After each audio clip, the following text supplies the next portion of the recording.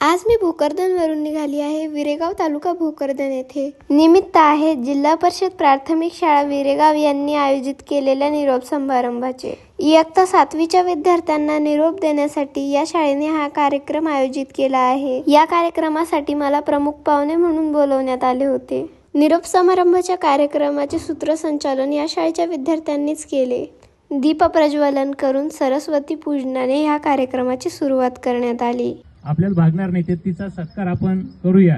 तर मी सर्व आपले अध्यक्ष उपाध्यक्ष सर्व मंडळी यांना विनंती करतो की तिनं सर्वांनी मिळून उपस्थित सर्व व्यक्तिगणांनी तिचं शाल श्रीफळ देऊन स्वागत करावं अशी मी त्यांना विनंती करतो। शाळेच्या वतीने माझा गुणगौरव करून सत्कार करण्यात आला।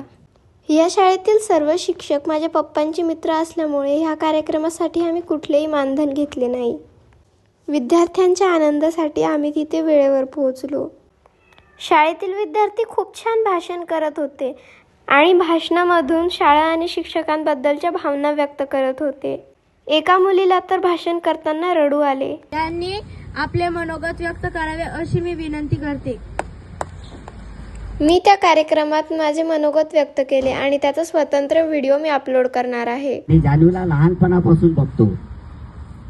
जान्हवी, वड्डे सरांची मुलगी, त्याच्यानंतर आमचा चिन्मय, हे सगळे लहानपणी एकत्र वाढलेले मुलं।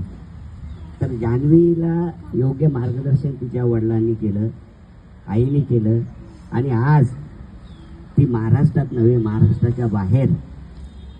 इयत्ता 7वीच्या निरोप घेणाऱ्या विद्यार्थ्यांनी शाळेला एक भेटवस्तू दिली। एवढ्या कमी वयात या विद्यार्थ्यांमध्ये एवढी कृतज्ञता कुठून आली असेल?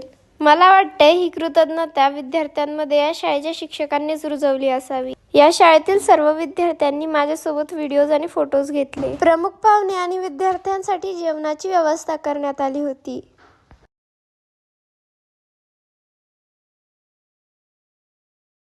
मी त्या जेवणाचा आनंद घेतला।